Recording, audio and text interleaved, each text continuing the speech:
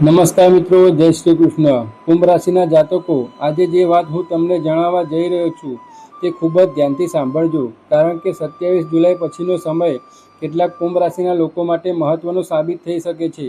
જ્યોતિષની કેટલીક માન્યતાઓ અનુસાર આ સમય દરમિયાન કેટલાક લોકોને એવા સંકેતો મળી શકે છે જે તેમના જીવનમાં સકારાત્મક પરિવર્તનની શરૂઆતનો ઇશારો માનવામાં આવે છે. પરંતુ સૌથી રસપ્રદ વાત એ છે કે આવા સંકેતો દરેકને સમજાતા નથી. ઘણા લોકો તેને સામાન્ય ઘટના માનીને અવગણી દે છે અને પછી જ્યારે જીવનમાં મોટો બદલાવ આવે છે ત્યારે તેમને સમજાય છે કે આ તો પહેલેથી જ સંકેત મળી ગયો હતો. આજે હું તમને એવા 3 ખાસ સંકેતો વિશે જણાવીશ. ખાસ કરીને ત્રીજો સંકેત એવો છે કે જો તે તમારા જીવનમાં દેખાય તો તેને અવગણવાની ભૂલ બિલકુલ ન કરશો. એટલે આ વિડીયોને છેલ્લી ક્ષણ સુધી જરૂર જોતા રહેજો. મિત્રો, જો તમે પણ કુંભ રાશિના છો તો સૌથી પહેલાં કોમેન્ટમાં જય શનિદેવ જરૂર લખજો. અને જો તમને આવા રાશિફળ અને ધાર્મિક જ્ઞાનના વિડીયો ગમતા હોય તો આ વિડીયોને એક લાઇક જરૂર કરી દેજો. તમારો એક લાઇક અમને આવા જ ઉપયોગી વિડીયો બનાવવા માટે પ્રેરણા આપે છે. હવે ચાલો આજની મુખ્ય વાત શરૂ કરીએ. મિત્રો, શનિદેવને કર્મના દેવતા માનવામાં આવે છે. એવી માન્યતા છે કે તેઓ કોઈપણ વ્યક્તિને તેના કર્મ પ્રમાણે ફળ આપે છે.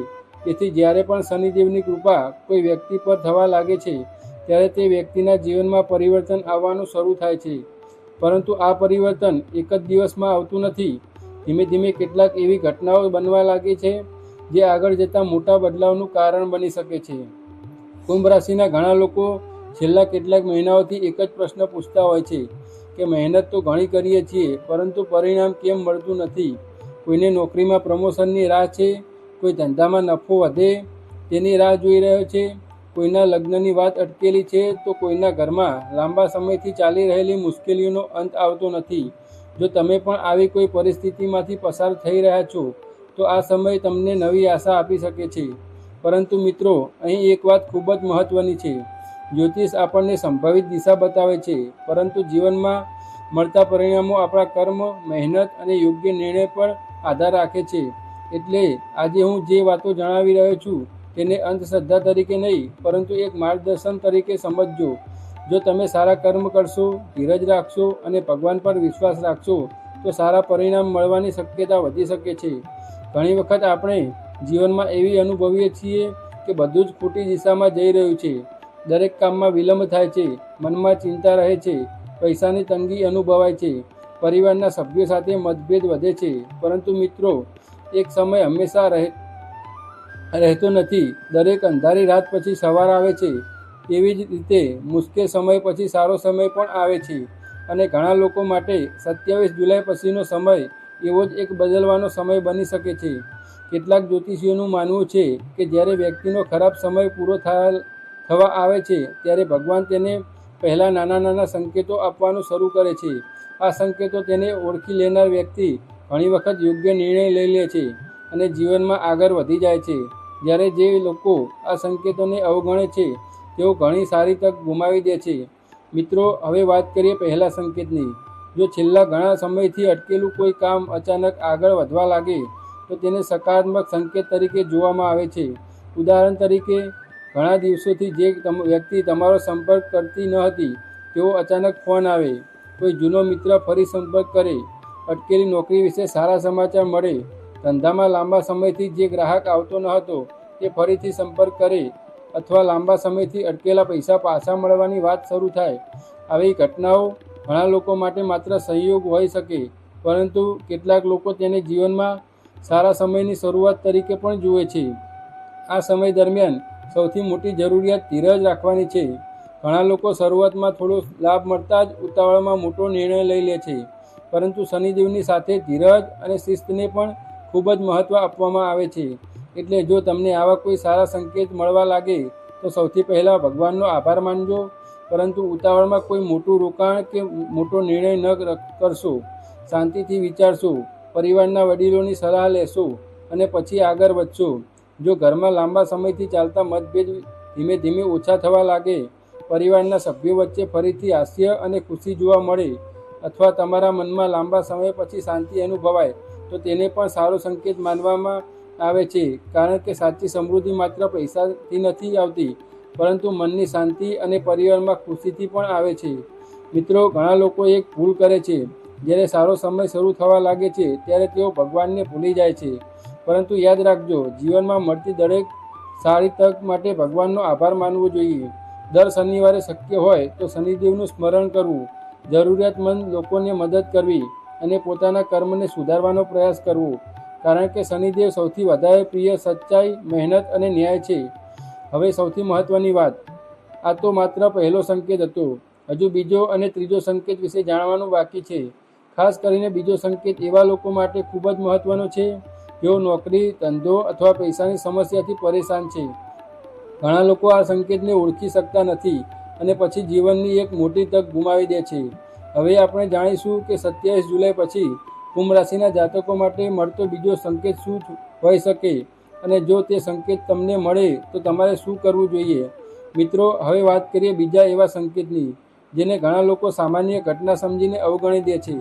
પરંતુ જ્યોતિષની કેટલીક માન્યતાઓ અનુસાર જો આ સંકેત યોગ્ય સમયે સમજાઈ જાય તો વ્યક્તિ પોતાના જીવનમાં આવનારા સારા સમય માટે વધુ સારી રીતે તૈયાર થઈ શકે છે. એટલે આ વાત ખૂબ જ ધ્યાનથી સાંભળજો, કારણ કે કદાચ આ સંકેત તમને પણ પહેલેથી જ મળવા લાગ્યો હોય. ઘણી વખત એવું બને છે કે લાંબા સમયથી બંધ થયેલા રસ્તા અચાનક ખુલવા લાગે છે. જે લોકો તમને પહેલાં મહત્ત્વ આપતા ન હતા એ જ લોકો અચાનક તમારો સંપર્ક કરવા લાગે. જે કામ માટે તમે વારંવાર પ્રયત્ન કરતા હતા અને દરેક વખતે નિરાશા મળતી હતી, એ જ કામમાં હવે થોડી પ્રગતિ જોવા મળી.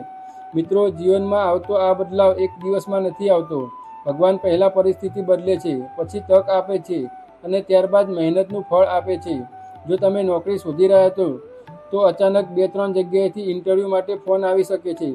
જો તમે વેપાર કરો છો તો જૂના ગ્રાહકો ફરીથી જોડાઈ શકે અથવા નવા ગ્રાહકો મળવાનું શરૂ થઈ શકે. જો તમે અભ્યાસ કરતા હો તો મન એકાગ્ર થવા લાગે અને પરિણામમાં સુધારો જોવા મળી શકે. જો પરિવારની કોઈ સમસ્યા લાંબા સમયથી ચાલી રહી હોય તો તેમાં પણ ધીમે ધીમે ઉકેલ દેખાવા લાગે. આવી પરિસ્થિતિઓને ઘણા લોકો સારા સમયની શરૂઆત તરીકે જોવે છે. પરંતુ મિત્રો, અહીં એક વાત ખૂબ જ જરૂરી છે. સારો સમય શરૂ થતા એટલે મહેનત બંધ કરી દેવી નહીં. ઘણા લોકો થોડો લાભ મળતા જ બેદરકાર બની જાય છે. તેઓ વિચારે છે કે હવે તો બધું સારું જ થશે. પરંતુ શનિદેવ હંમેશા મહેનત કરનાર વ્યક્તિને જ વધુ આશીર્વાદ આપે છે. એટલે જો તક મળે તો તેનો પૂરો લાભ લો. સમયનું મહત્ત્વ સમજો અને પોતાના કર્મમાં ક્યારેય આળસ ન લાવો. ઘણા લોકો પૂછે છે કે શનિદેવની કૃપા કેવી રીતે ઓળખાય. મિત્રો, જ્યારે તમારા મનમાંથી નિરાશા ધીમે ધીમે દૂર થવા લાગે, જ્યારે સવારમાં ઉઠીને તમને નવી ઉર્જા અનુભવાય, જ્યારે લાંબા સમયથી મનમાં વિશ્વાસ જન્મે કે હવે બધું સારું થઈ શકે છે, ત્યારે તેને પણ એક સારો સંકેત માનવામાં આવે છે. કારણ કે કોઈ પણ મોટો બદલાવ સૌથી પહેલાં વ્યક્તિના વિચારોમાં આવે છે અને પછી તેના જીવનમાં દેખાય છે. આ સમય દરમિયાન તમારે એક ખાસ વાતનું ધ્યાન રાખવાનું છે. કોઈની સાથે ખોટું બોલવાનું ટાળો અને જરૂરિયાતમંદ વ્યક્તિની શક્ય હોય તેટલી મદદ કરજો. શનિદેવ વિશે એવી માન્યતા છે કે તેઓ ન્યાયને સૌથી વધુ મહત્ત્વ આપે છે. તેથી જે વ્યક્તિ સચ્ચાઈ અને ઈમાનદારીનો માર્ગ પસંદ કરે છે તેને સારા પરિણામ મળવાની શક્યતા વધી શકે છે. જો શક્ય હોય તો દર શનિવારે પીપળાના વૃક્ષ પાસે દીવો પ્રગટાવો અથવા શનિદેવનું સ્મરણ કરો. આ ધાર્મિક માન્યતાઓ ઘણા લોકો શ્રદ્ધાથી અનુસરે છે. સાથે સાથે પોતાના માતા પિતાનું સન્માન કરો, વડીલોના આશીર્વાદ લો અને પોતાના કર્મને સુધારવાનો પ્રયત્ન કરો. જીવનમાં મળતી દરેક તકનો આદર કરશો તો તેનો લાભ પણ વધુ સારી રીતે મળી શકે છે. મિત્રો, ઘણી વખત ભગવાન આપણને ત્યાંથી મદદ કરે છે જ્યાંથી આપણે કલ્પના પણ ન કરી હોય. કોઈ જૂનો મિત્ર મદદ માટે આગળ આવે, કોઈ સગા તરફથી સારા સમાચાર મળે, કોઈ નવું કામ શરૂ કરવાની તક મળે અથવા કોઈ એવી વ્યક્તિ મળે જે તમારા જીવનની દિશા બદલી નાખે. આવા પ્રસંગોને હળવાશથી ન લેતા સમજદારીથી નિર્ણય લેશો તો આગળનો રસ્તો વધુ સરળ બની શકે છે. એક વાત હંમેશા યાદ રાખજો, ભાગ્ય બદલાવાની રાહ જોવાને બદલે પોતાને બદલવાનો પ્રયાસ કરનાર વ્યક્તિને જ સાચા અર્થમાં સફળ બને છે. ભગવાન તક આપે છે, પરંતુ એ તકનો ઉપયોગ કરવો કે નહીં તે નિર્ણય આપણે પોતાને જ હોય છે. તેથી આ સમય દરમિયાન નકારાત્મક વિચારોથી દૂર રહો, પોતાના લક્ષ્ય પર ધ્યાન આપો અને મહેનત ચાલુ રાખો.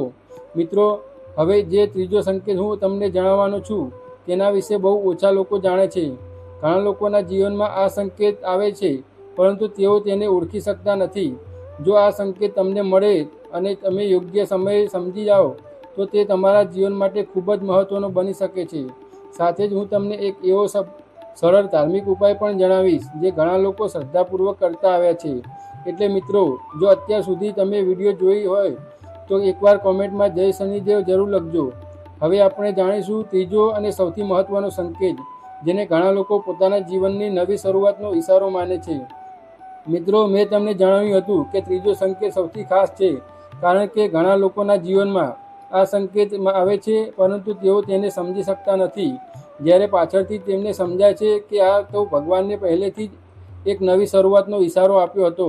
એટલે હવે આગળની વાત ખૂબ જ ધ્યાનથી સાંભળજો. ઘણી ધાર્મિક માન્યતા અનુસાર જ્યારે વ્યક્તિને કઠિન સમય ધીમે ધીમે પૂર્ણ થવા લાગે છે, ત્યારે તેના મનમાં એક નવી આશા જન્મે છે. જે કામ પહેલાં અશક્ય લાગતું હતું, હવે તે શક્ય લાગે છે. જે વ્યક્તિ સતત નિરાશામાં જીવતી હતી, તે ફરીથી મહેનત કરવા તૈયાર થાય છે. ઘણા લોકો વિચારે છે કે આ તો માત્ર મનનો બદલાવ છે, પરંતુ કેટલાક લોકો તેને ભગવાનની કૃપાનો આરંભ પણ માને છે. કારણ કે કોઈપણ સફળતા પહેલાં વ્યક્તિના વિચારો બદલાય છે અને પછી પરિસ્થિતિ બદલાય છે. જો છેલ્લા થોડા સમયથી તમને વારંવાર એવું અનુભવાય કે હવે જીવનમાં કંઈક સારું થવાનું છે, જો તમારા મનમાં ભગવાન પ્રત્યેનો વિશ્વાસ પહેલાં કરતાં વધારે વધવા લાગે, જો તમે નકારાત્મક વિચારો છોડીને સકારાત્મક દિશામાં આગળ વધવા લાગો, તો આ પણ ઘણા લોકો માટે સારો સંકેત માનવામાં આવે છે. કારણ કે જે વ્યક્તિ અંદરથી મજબૂત બને છે, તેને બહારથી પરિસ્થિતિ પણ ધીમે ધીમે સાથ આપવા લાગે છે. મિત્રો, ઘણી વખત આપણે જીવનમાં માત્ર ભાગ્યને દોષ આપતા રહીએ છીએ, પરંતુ સત્ય એ છે કે ભગવાન દરેક વ્યક્તિને તક આપે છે. કોઈને વહેલી મળે છે તો કોઈને થોડી મોડી મળે છે. મહત્ત્વની વાત એ છે કે જ્યારે તક આવે ત્યારે આપણે તેને ઓળખી શકીએ કે નહીં. જો તમે સતત મહેનત કરો છો, સારા કર્મ કરો છો અને ભગવાન પર શ્રદ્ધા રાખો છો, તો સારો સમય આવવાની શક્યતા હંમેશા રહે છે. હવે ઘણા લોકો પૂછે છે કે આ સમય દરમિયાન શું કરવું જોઈએ. મિત્રો, જો તમે શનિદેવની કૃપા મેળવવા માગતા હો, તો સૌથી પહેલાં પોતાના કર્મને સુધારો. કોઈની સાથે અન્યાય ન કરો, કોઈનું દિલ ન દુભાવો, કોઈ ખોટું બોલવાનું ટાળો અને પોતાની આવકમાંથી શક્ય હોય તો થોડો ભાગ જરૂરિયાતમંદ લોકોને મદદ માટે રાખો. એવી માન્યતા છે કે સેવા અને સારા કર્મ વ્યક્તિના જીવનમાં સકારાત્મક ઉર્જા વધારવામાં મદદરૂપ બને છે. શનિવારના દિવસે શક્ય હોય તો ભગવાન શનિદેવનું સ્મરણ કરો. ઓમ શનેશ્વરાય નમઃ મંત્રનો શ્રદ્ધાપૂર્વક જાપ કરી શકો છો. જો નજીકના પીપળાનું વૃક્ષ હોય તો ત્યાં દીવો પ્રગટાવી ભગવાનને પ્રાર્થના કરી શકો છો.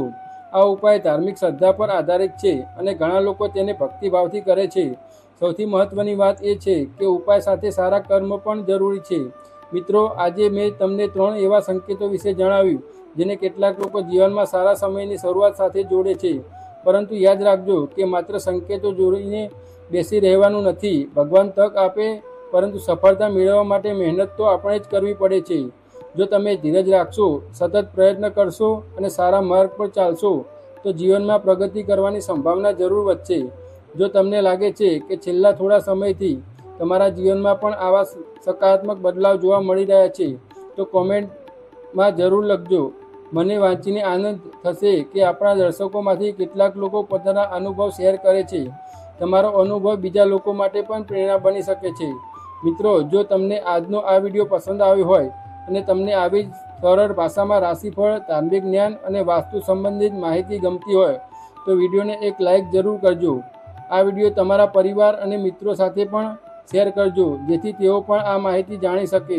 અને જો હજી સુધી અમારી ધાર્મિક જ્ઞાન ચેનલને સબસ્ક્રાઈબ નથી કરી, તો અત્યારે જ સબસ્ક્રાઈબ કરી બટન દબાવી દો અને બેલ આઇકન પણ ચાલુ કરી દો, જેથી અમે જ્યારે પણ નવો વિડીયો અપલોડ કરીએ ત્યારે તેની જાણકારી તમને સૌથી પહેલાં મળે.